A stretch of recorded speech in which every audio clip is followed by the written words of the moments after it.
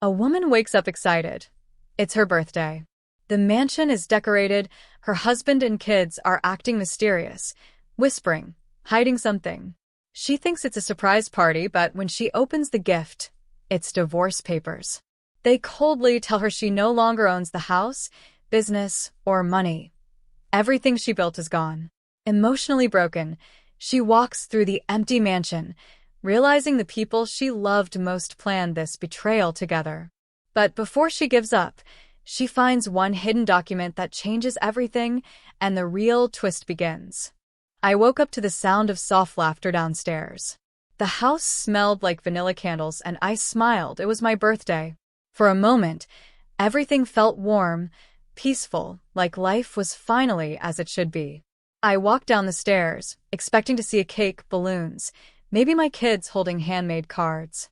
But what I saw was silence pretending to smile. My husband stood there with a strange calm on his face, and my children, my own children, wouldn't even meet my eyes.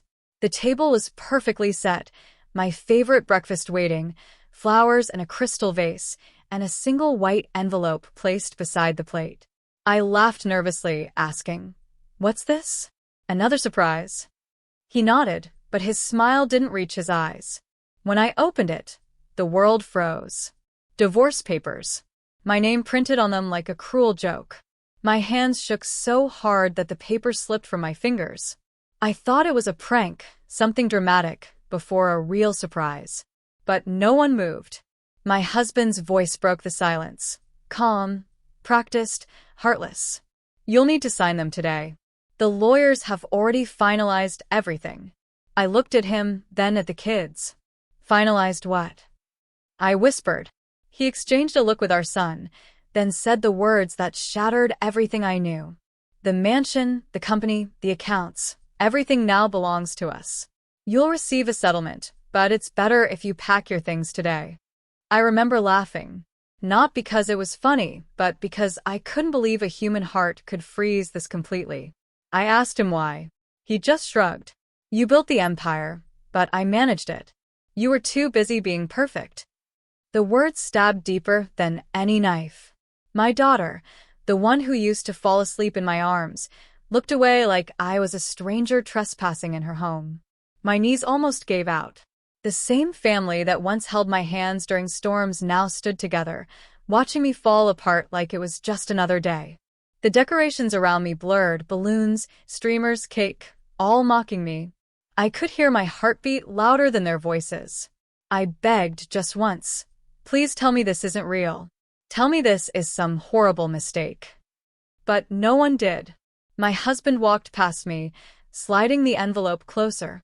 "You knew this day would come," he said coldly. "You made everything about control, about success. You forgot we existed." I wanted to scream, to break every glass in that room, but my voice came out as nothing more than a whisper. "I built all of this for you." He paused by the door, his words sharp enough to cut through whatever was left of me. "No, you built it for yourself." Then they walked away. Just like that. My children following him, their footsteps echoing like goodbye letters. When the sound of the car engine faded, I sank to the floor. The marble felt like ice beneath me. Every memory of laughter, every family dinner, every promise replayed in my head, poisoned now. I stared at the documents scattered across the floor. Sign here. Sign there. Everything neat. Everything legal. Everything soulless. Hours passed. Maybe more. The candles had burned down. The air smelled like melted wax and betrayal. My reflection in the window looked like someone else. Older, emptier, defeated. But something inside me refused to die. I walked into my office, the place where I'd built my dreams brick by brick. The shelves were half empty, files missing, documents gone. They had planned everything. Carefully. Quietly. For months. Maybe years. And then I saw it, one folder left behind, tucked beneath the desk. My name on it in my handwriting. I pulled it out, shaking.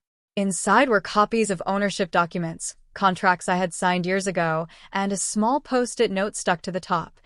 "Never forget who you are." My mother's handwriting. I felt something shift inside me. The pain didn't fade, but it started to burn instead of freeze. I realized they hadn't taken everything. They had taken what I gave, my trust, my home, my name, but not what I am. I am the one who built it all, the one who taught them how to rise. And now, they'd have to watch me rise again, from the ashes they left behind. I walked back into the living room, looked around the mansion that suddenly felt like a stranger's house, and whispered, "You can take my name off the walls, but not from history." I picked up the papers, tore them in half, and threw them into the fire. For the first time that day, I smiled. Not because I was fine, I wasn't, but because I knew this wasn't the end. It was only the start of something they never expected. My return. The house crackled as the flames consumed the papers. Every page burned brighter than the candles that once decorated my birthday. I stood there, letting the heat touch my face, reminding me that pain can destroy, but it can also forge something stronger. I wasn't that woman anymore, who begged for love. I was becoming the woman they feared I could be. And as the last piece of paper turned to ash, I said quietly to myself, "Happy birthday to me."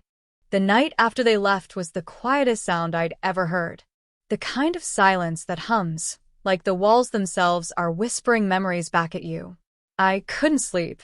Every time I closed my eyes, I saw their faces, my husband's cold stare, my children's distant eyes.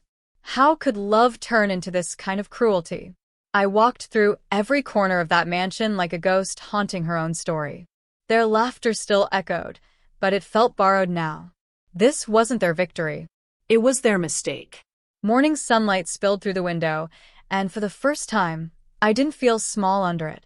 I picked up my phone and scrolled through the last few messages my husband had sent me, all rehearsed kindness, every word now a lie. Then I opened my emails, and that's when I found one unread message from my assistant, dated 3 days ago. The subject line said, "Urgent, confidential transfer." When I opened it, my breath caught.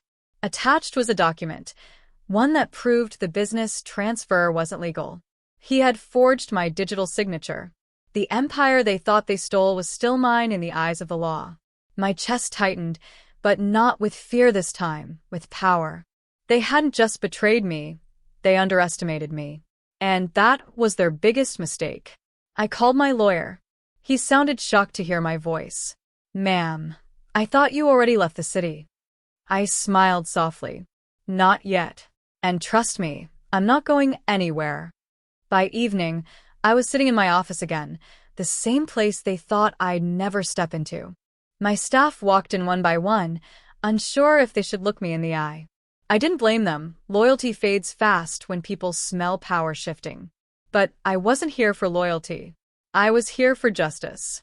I opened the laptop, reviewed the financials, and there it was, every transaction, every forged approval, every hidden move he'd made under my name. With each file I opened, my heartbreak started turning into clarity. They didn't ruin me. They released me. For years, I'd been living in a golden cage. Everything perfect on the outside, hollow on the inside. I had given everything to a man who couldn't love without control. And now, finally, I was free. 3 days later, I walked into the company headquarters. Everyone stopped talking. Cameras flashed. Whispers spread. "She's back."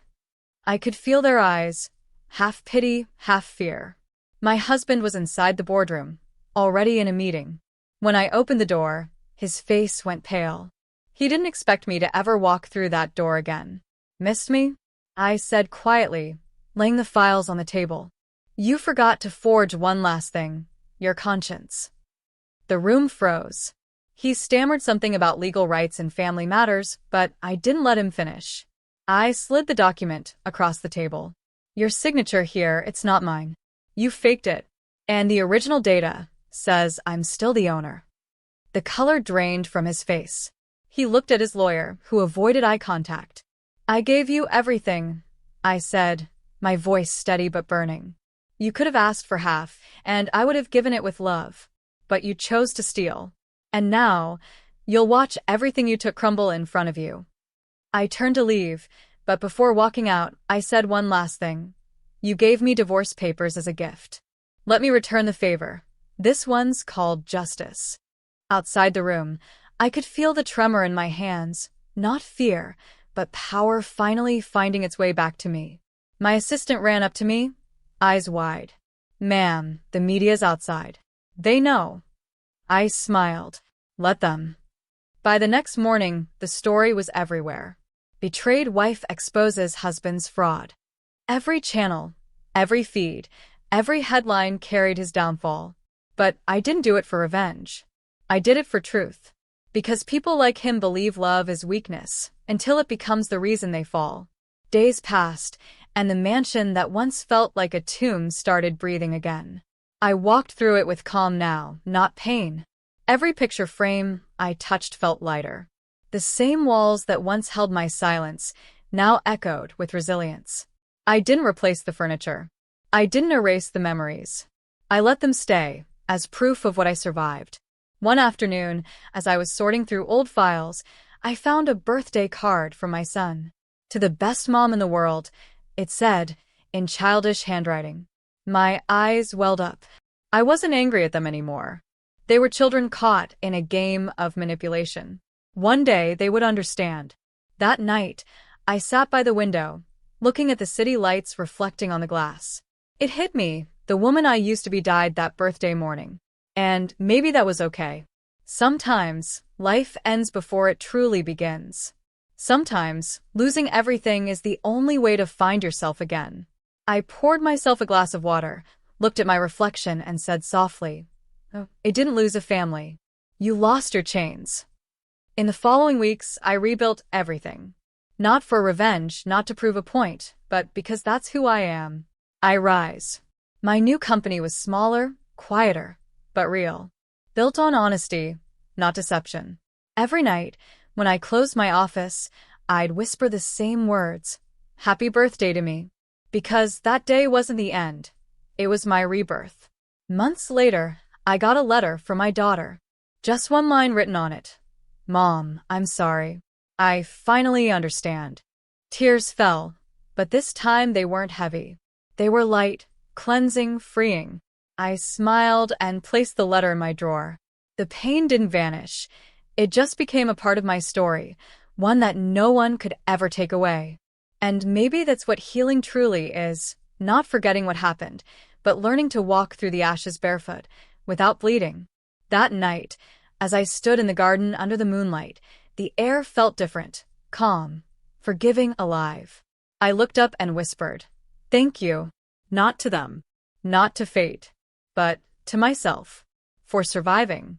For standing. For becoming everything they said I couldn't be. Because sometimes, the best revenge is not destroying others. It's rebuilding yourself so beautifully that the world can't look away. And that's exactly what I did. Happy birthday to the woman I became.